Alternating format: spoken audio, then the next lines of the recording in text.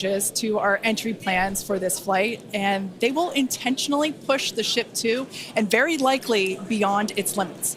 This includes several thermal protection upgrades and operational changes as we prepare for future ship catch and reuse. Today's flight test will also test new secondary thermal protection materials, and entire sections of the heat shield has actually been removed in certain areas. And on top of all of that, we're going to fly the ship at an aggressive angle of attack once it's moving slower than the speed of sound.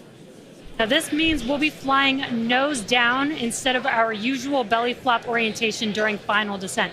This will no doubt stress the limits of the flap's ability to maintain control, but it will be a chance to get real flight data on what our limits actually are. So to put it as bluntly as possible, do not be surprised if this is not a smooth flight to splashdown today.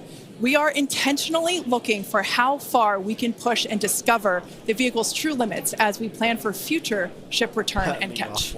And even though ship recovery is not expected today, the telemetry and data we receive all the way to the end is what we're looking for and what will help us get to a rapidly reusable starship of the future. Now, just like Flight 5, one of our objectives for Flight 6 is attempting to return the booster to the launch site to be caught by the tower.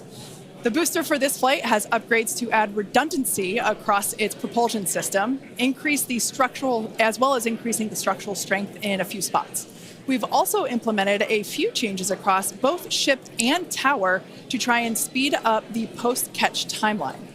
Returning vehicles to the launch site leverages the same hardware that we use for stacking ahead of flight, making our infrastructure multi-purpose. And in order for us to achieve that rapid reusability that we keep talking about, we need a quick turnaround. And you can't get much faster than returning the launch vehicle right back there to where it needs to launch from again.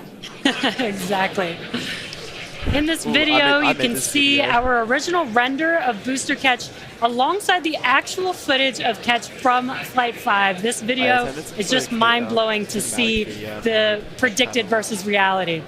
And just like the last flight for today's booster catch, there are thousands of criteria that need to be met in order to proceed with catch. Automated checks have to indicate we have a healthy booster and a healthy tower, and the flight director must issue a manual command which is informed by manual checks from the flight control team.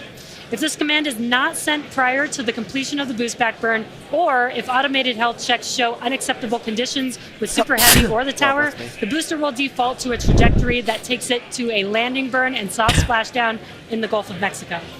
I remember when we first heard the call out that tower was go for catch on Flight 5, and wow, I still get goosebumps when I think about that moment. Now, for today's test, just like Flight 5, we're only going to catch if everything on the booster and the tower checks out after launch. As always, we accept no compromises when it comes to the safety of the public and our team. And so to that end, the area around the pad and the flight path are cleared in advance. A lot of things have to go right in order to line up the booster catch. So if all criteria is met, we will attempt to catch, but there is a chance that we may not. Either way, we'll be getting tons of in-flight data, which is extremely valuable. Exactly. That first catch was pretty epic, though. So like you, we'll be keeping our hopes high to see another one this afternoon.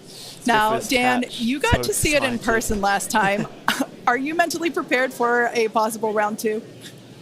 I mean, probably not. That was pretty hands down the coolest thing I've ever seen, and the fact that we're going to do that every time now breaks my brain a little bit, but it was absolutely incredible. One of the unique aspects with Super Heavy coming back is it does generate a sonic boom. This is something commonly associated with reusable spacecraft. It's coming in faster than the speed of sound and then slowing down. It creates that pressure wave that builds up, and then when it reaches you on the ground, that rapid change in pressure is that quick thunderclap sound that you hear. Now, generally the only effect is that thunderclap sound, but if you're not expecting it, it's definitely going to get your attention, and we were able to hear it last time. The impact of, or how loud it is, changes pretty dramatically. And in this video, you can see as we were descending, and there was kind of that quick triple pop that you heard. Now that was picked up from closer to the pad. Most people at our distance and further away, you're only going to hear one or two as they're happening kind of so on top of each other that it might just sound like one big bang. But as I said, that's something that's only associated with spacecraft being reused. We hear it with Falcon 9. We heard it during shuttle, and looking forward to hopefully hearing it today. Just a quick status check, though. We're about 85% full on ship, almost 2/3 of the way full on booster, continuing to count down about 13 and a half minutes, a little under that, until we lift off today. But still looking good. I'll check back in with you guys in a few minutes. Back over to Jesse and Kate. Thanks, Dan. Yeah, I think Dan said it really well when it really does hurt the brain to think that this is going to be the norm, that this is just the beginning. Every one of these flights is a step closer to a fully operational Starship that will take us beyond Earth orbit. And with our pace of rapid iteration here, the Moon and Mars are not nearly as far in the future as you may think. In fact, we're planning to send Starships to Mars as soon as 2026. Whoa. Which is when the next Mars transfer window opens, which is under 2 years from now. Already missed that. Now, you might be familiar with the Starlink logo, which you see there on your screen. It's an iconic representation of the Mars transfer orbit, also called the home and transfer orbit. This transfer window, or the time between the time when Earth and Mars are closest to each other, opens every 26 months and is only open for about 2 to 3 months at a time for a vehicle with Starship's power.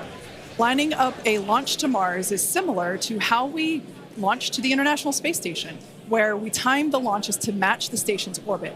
If we didn't do this, we would need more propellant and more time to get there. So the first opportunity we have to fly Starships to Mars, we plan to go for it. These first flight tests to Mars will be uncrewed and will test the reliability of landing in tech.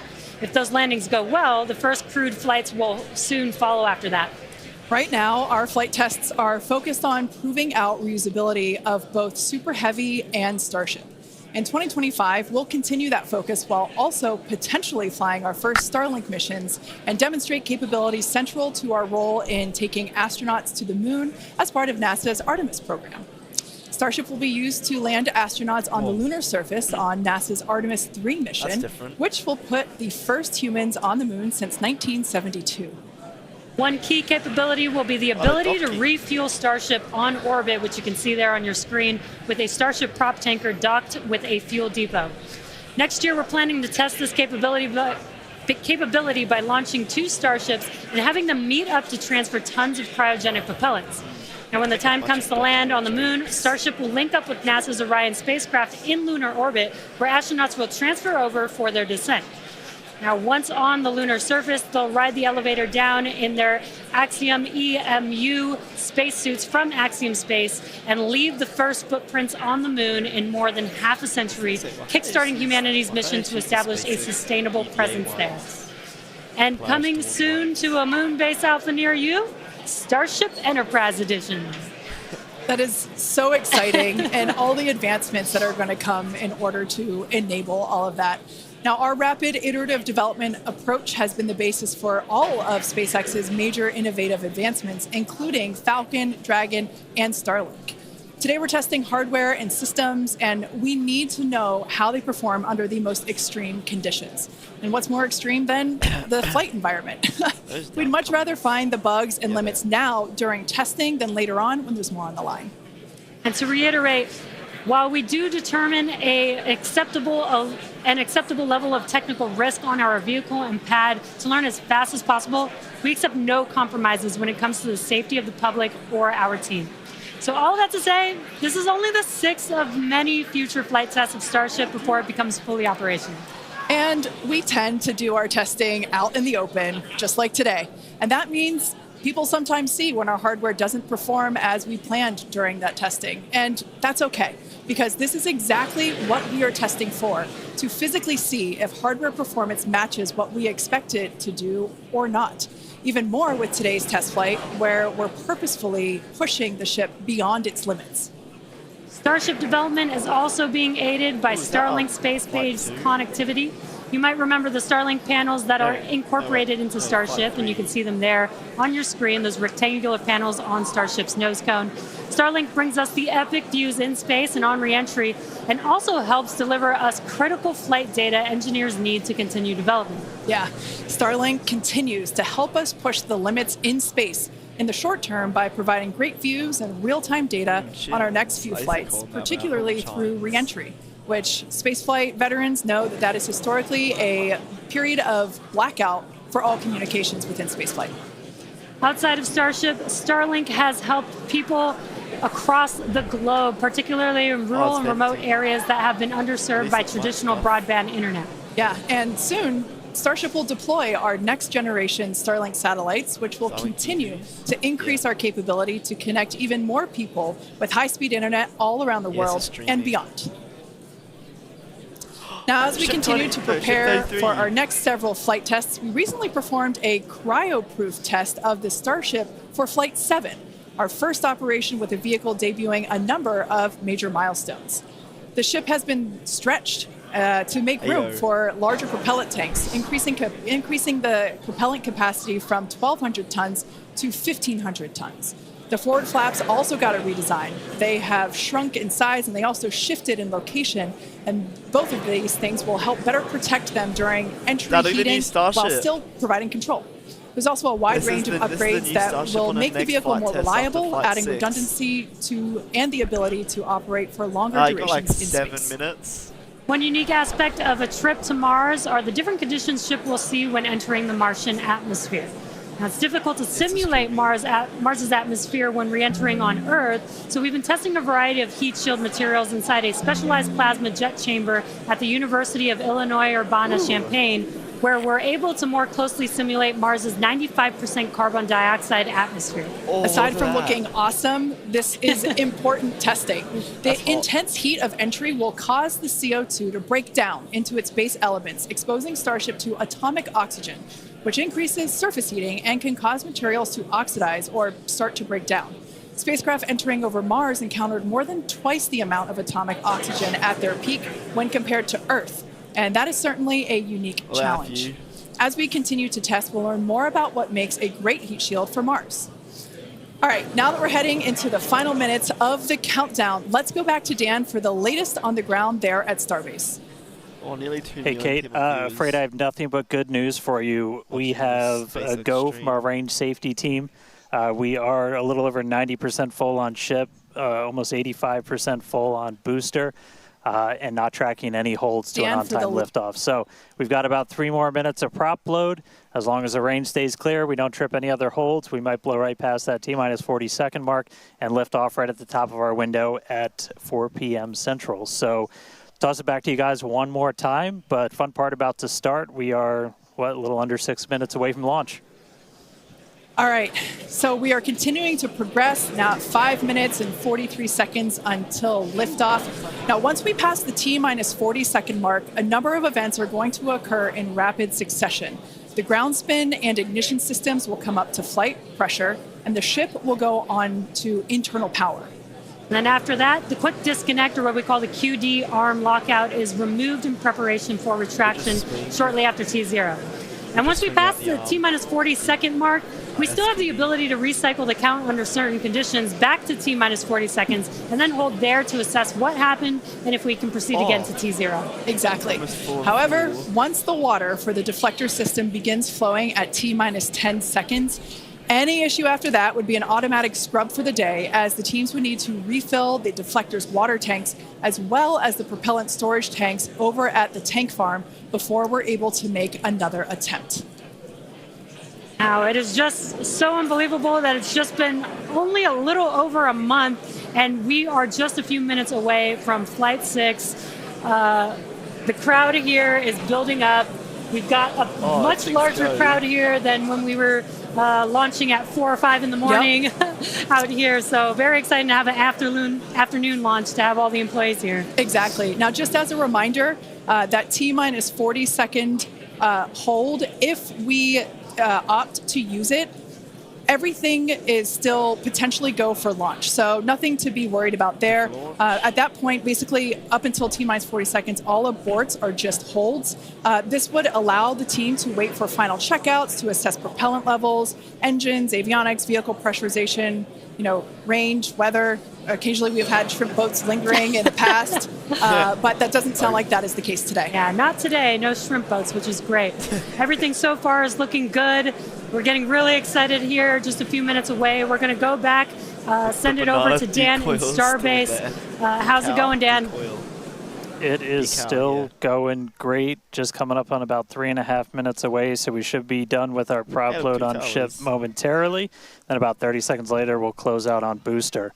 Our flight control team on board, or in the building just behind me, not on board. Some of them might wish they were on board. Flight control team in the building behind me, they're going to have a lot of work to do right after we lift off. As we still have a lot of manual checks that happen on the tower prior to the flight director, who's going to be Tristan Pierce again today, giving a manual command to bring the booster back to the launch site.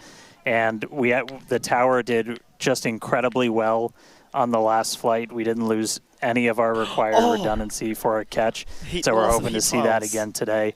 A lot of the team, really putting armor on the tower, making all of those things work, played a huge role in making that catch possible, and looking forward to hopefully seeing that happen again.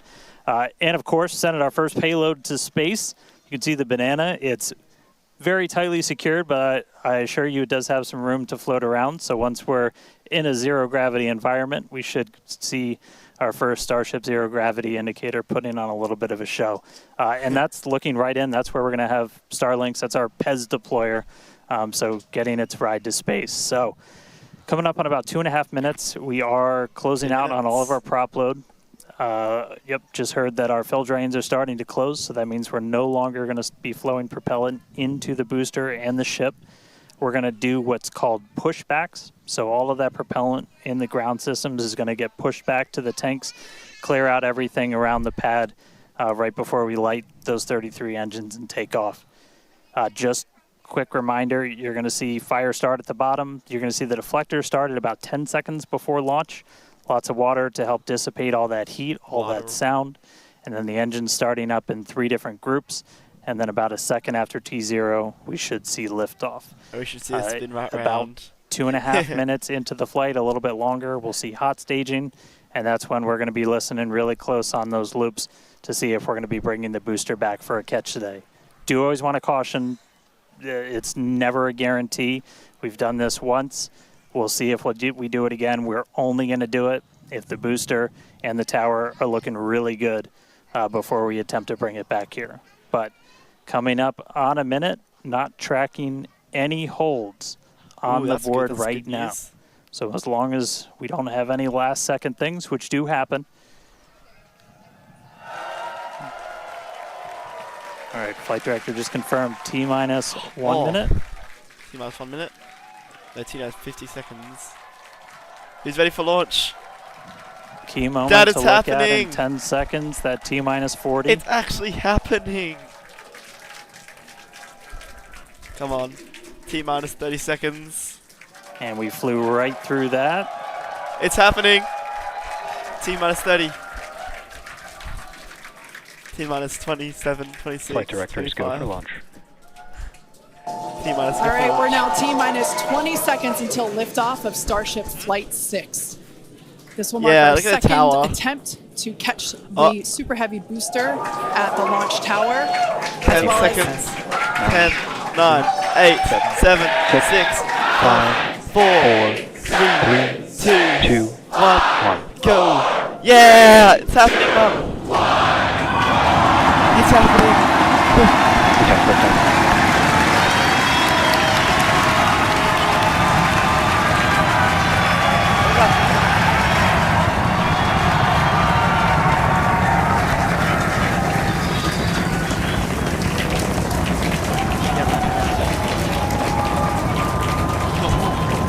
Vehicle is pitching downrange. Booster Raptor, chamber pressure nominal. Oh, they removed all the tiles.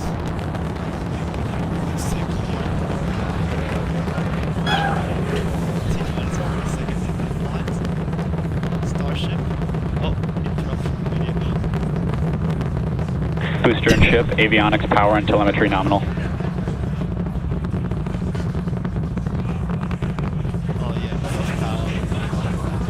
Yeah, part of my neighborhood lost power, but it doesn't matter anyway.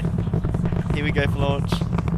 Here we go for hot staging. All right, we're just a little over a minute maximum into flight. dynamic pressure. We're about 6 miles away, so all the sound's still hitting us here. Hearing good call-outs, that power telemetry nominal, that's flying straight and true. We do see all 33 Raptor engines lit up on telemetry screens.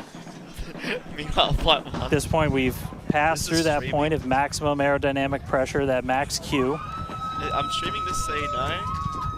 Now, Yeah. coming up in just a little over a minute from I'm now helping them out.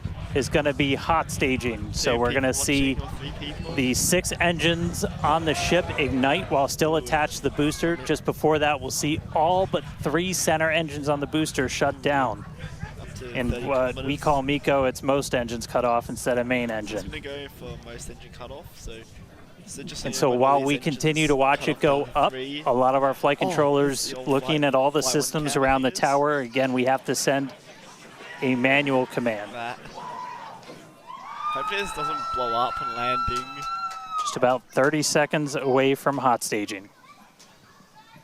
30 seconds away from hot staging. I want to see that onboard footage.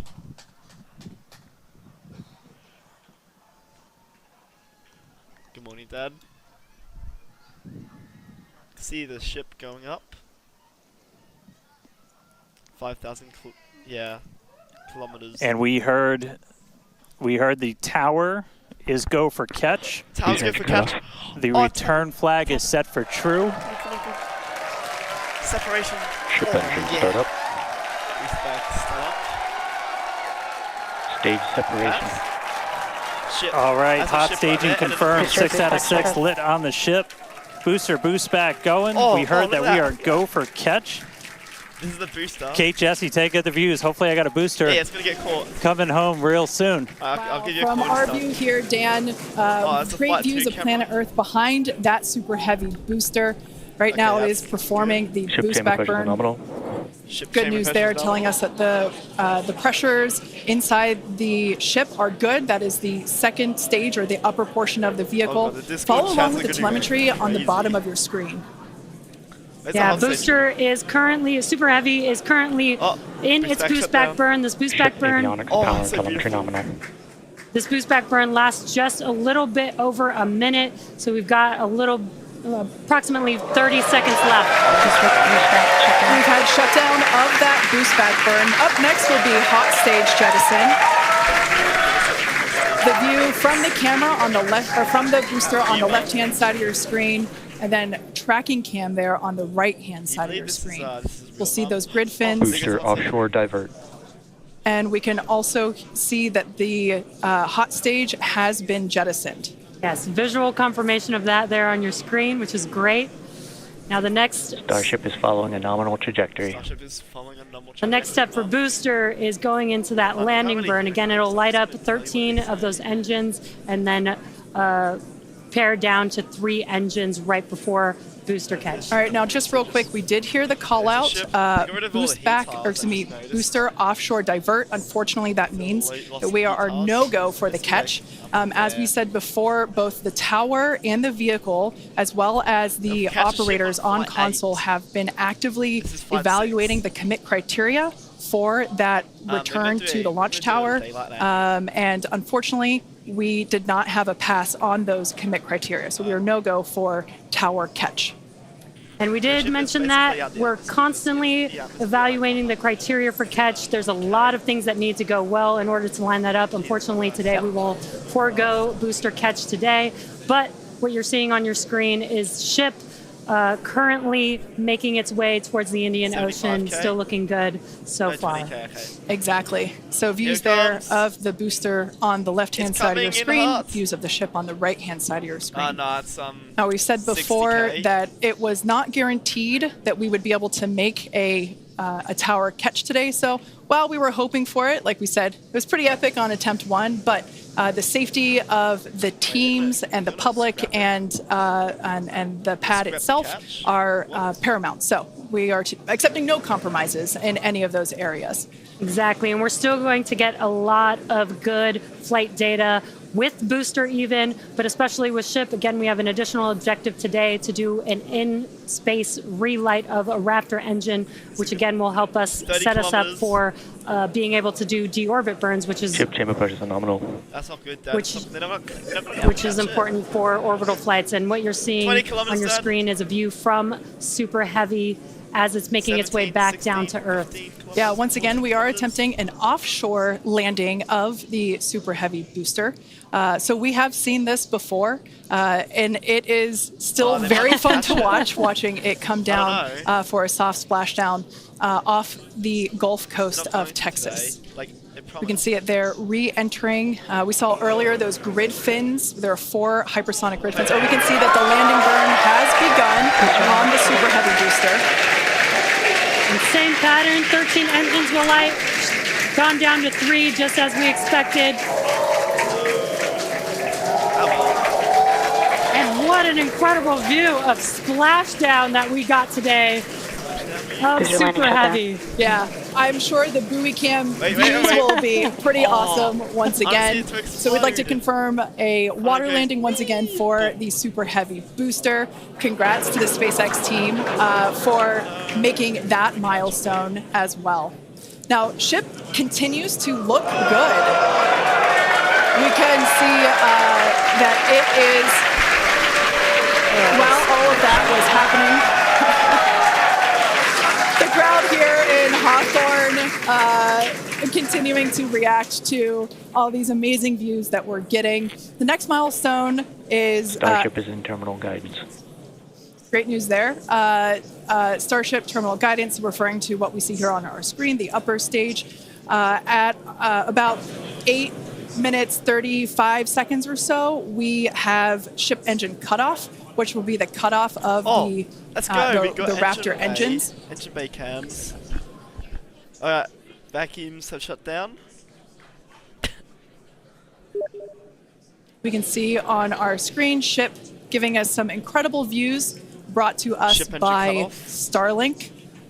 This view is also very interesting because we can see basically the receding tile line that we referred to earlier, where we mentioned we have removed a number of heat shield tiles in order to test out and push the envelope on the ship and demonstrate what its capabilities are. Ship engine cutoff. And there we just heard call out for SECO, ship engine cutoff. Great news there. Everything continuing to look awesome for ship. Full view looking aft on ship here. Ship FTS is You might saved. take my lunch for me while I'm at it, so I can easily get to school, mummy. Nominal orbit insertion. There's that call out we were waiting for. Confirmation of good orbital insertion for ship today. Pardon? It has been a very exciting afternoon so far. We'd like to send it back over to Dan, who can give us that live view experience. Dan, once again, are you okay after witnessing another Starship launch? Yeah, totally fine. It's View of the you guys have to be jealous. This is the only way to do this. This is fantastic. No, it was really cool to see it lift off 33 out of 33. Didn't go for the booster catch today. Initially, we were good, and then we tripped a commit criteria and did the offshore divert. So we went and did that water landing, as everybody saw. We'll dig into it a little bit more, but again, we've done it once, we've now done it twice. We're going to keep trying to do it, as this is just a core capability of Starship and what's going to make it so incredible.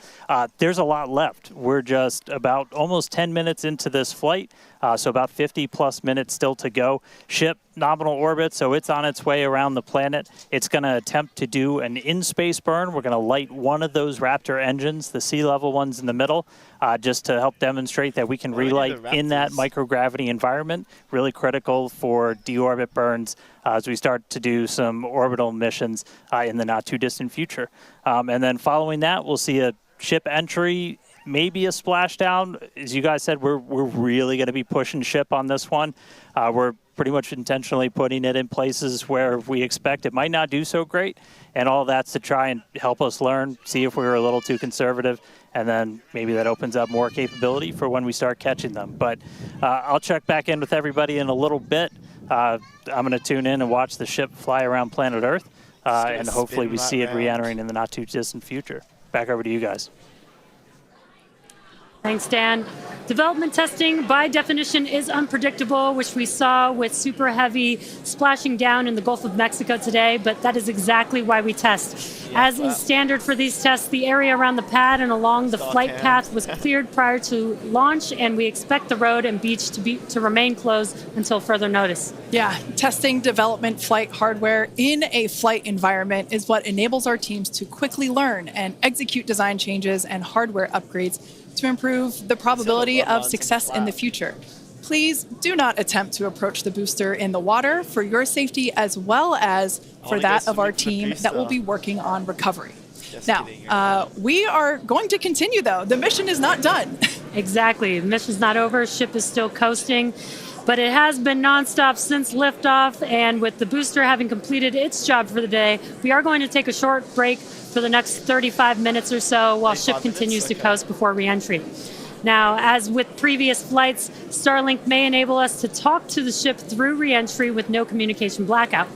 Now, we are still testing Starlink during this phase of flight, so nothing is completely certain.